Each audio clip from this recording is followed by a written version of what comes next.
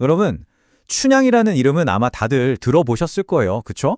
근데 이 이야기가 왜 수백 년이 지난 지금까지도 이렇게 많은 사람들의 마음을 사로잡고 있는지 혹시 깊이 생각해 보신 적 있으세요? 이게 그냥 단순한 러브 스토리가 아니거든요. 시대를 관통하는 아주 강렬한 메시지가 담겨 있기 때문인데요. 자, 지금부터 그 이야기 속으로 함께 떠나보시죠. 정말 흥미로운 질문이지 않나요? 잠깐 유행하다 사라지는 이야기가 아니라 세대를 이어서 계속 전해지는 이야기의 힘은 도대체 어디서 나오는 걸까요? 춘향의 이야기가 바로 그 질문에 대한 아주 강력한 대답을 우리에게 들려줍니다. 그래서 오늘 우리가 함께 따라가 볼 여정은 이렇습니다.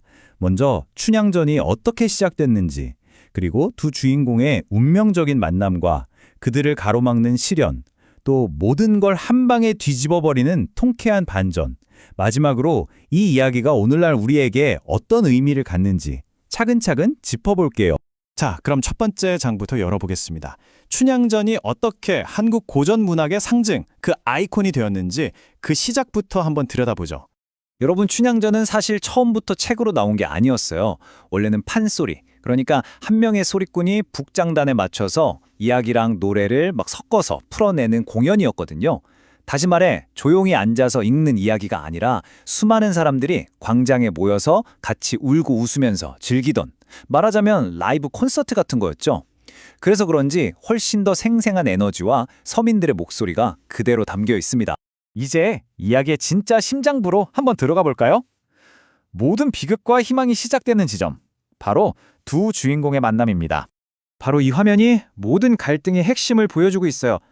한쪽은 이몽룡, 소위 말하는 금수저죠. 사회 최상류층인 양반가의 아들이고요. 다른 한쪽은 성춘향, 정말 아름답고 재능도 뛰어난데 기생의 딸이라는 사회적 한계를 안고 태어났습니다. 당시 조선시대의 엄격한 신분 제도 아래에서 이 둘 사이에는요, 정말 건널 수 없는 강이 흐르고 있었던 셈이죠. 근데 사랑이 원래 그런 신분 같은 거 따지나요? 아니죠. 단 온 날 그네를 타던 춘향을 보고 몽룡이 첫눈에 그냥 반해버립니다. 그리고 두 사람은 주변의 시선을 피해서 둘만의 비밀스러운 약속을 맺어요. 바로 이 용감한 약속이 나중에 이 모든 판을 뒤엎는 결정적인 불씨가 됩니다. 하지만 뭐랄까, 운명이라는 게 꼭 행복한 순간에 찬물을 끼얹잖아요. 이들의 행복도 그리 오래가지 못했습니다. 거대한 시련의 그림자가 슬슬 드리워지기 시작하죠. 두 사람이 맺은 그 굳건한 약속이 이제 첫 번째 시험대에 오르게 됩니다. 바로 피할 수 없는 이별, 그리고 그 빈자리를 노리는 아주 못된 권력자의 등장이죠. 아버지의 임기가 끝나면서 몽룡은 어쩔 수 없이 춘향을 남겨두고 수도인 한양으로 떠나야만 했어요. 내가 꼭 과거의 장원급제에서 당당하게 너를 데리러 오겠다. 이런 약속을 남긴 채로요. 이 애틋한 이별 장면은 두 사람의 믿음이 얼마나 강한지를 보여주는 동시에 앞으로 닥쳐올 엄청난 고난의 시작을 알리는 신호탄이기도 했습니다. 몽룡이 떠난 남원 땅에 새로운 사또가 부임합니다. 그의 이름은 변학도. 이 인물은 정말 백성들을 돌보는 데는 일절 관심이 없고요. 오직 자기 배 채우고 욕심을 채우는 데만 혈안이 된 그런 사람이었죠. 변학도가 하는 이 말, 이게 그냥 단순한 요구가 아니에요. 이건 네 신분으로는 감히 내 명령을 거역할 수 없어 라는 권력을 이용한 명백한 폭력이자 협박입니다. 춘향의 미모에 대한 소문을 듣고 그녀를 어떻게든 자기 여자로 만들려고 하는 거죠. 바로 이 순간입니다. 이 순간 춘향은 그냥 슬픈 사랑 이야기의 여주인공이 아니라 불의에 맞서 싸우는 저항의 상징이 되는 거예요. 지금 거절하면 목숨이 위험할 거라는 걸 알면서도 변학도의 그 막강한 권력 앞에 고개를 숙이는 대신에 자신의 사랑과 더 나아가 인간으로서의 존엄성을 지키는 길을 선택한 겁니다. 정말 대단하죠. 자, 이제 이야기는 정말 숨막히는 절정으로 치닫습니다. 춘향의 굳은 신념이 죽음이라는 가장 혹독한 시험대 위에 오르게 되죠. 그 결과는 너무나 참혹했습니다. 분노가 머리끝까지 치면 변학도는 춘향에게 아주 모진 고문을 가하고 결국엔 옥에 가두어 버립니다. 심지어 자기 생일잔치가 끝나면 바로 처형하겠다는 사형 선고까지 내리죠. 그야말로 모든 희망이 사라진 절망적인 상황이었습니다. 바로 그때 춘향의 어머니가 마지막 희망을 걸고 한양으로 보냈던 사람이 돌아옵니다. 그런데 그 모습이 정말 남루하게 짝이 없는 거짓골인 거예요. 하지만 이 초라한 모습 뒤에는 모두의 예상을 뒤엎는 거대한 반전이 숨어 있었습니다. 네, 바로 이몽룡이었죠.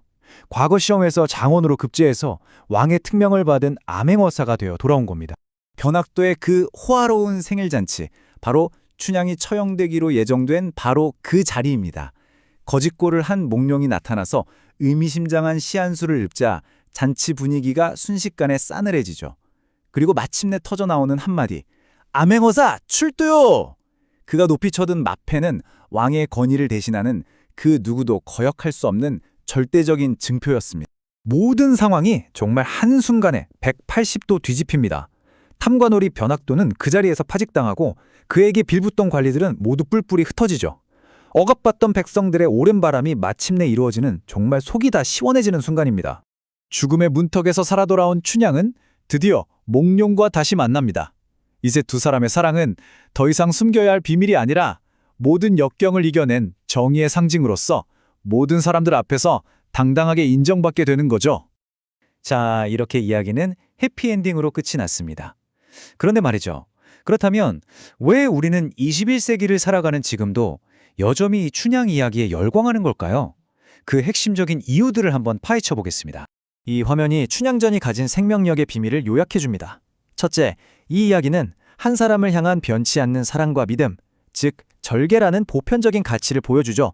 동시에 부패한 권력을 향해 그건 옳지 않다고 외치는 민중의 저항 정신을 담고 있고요.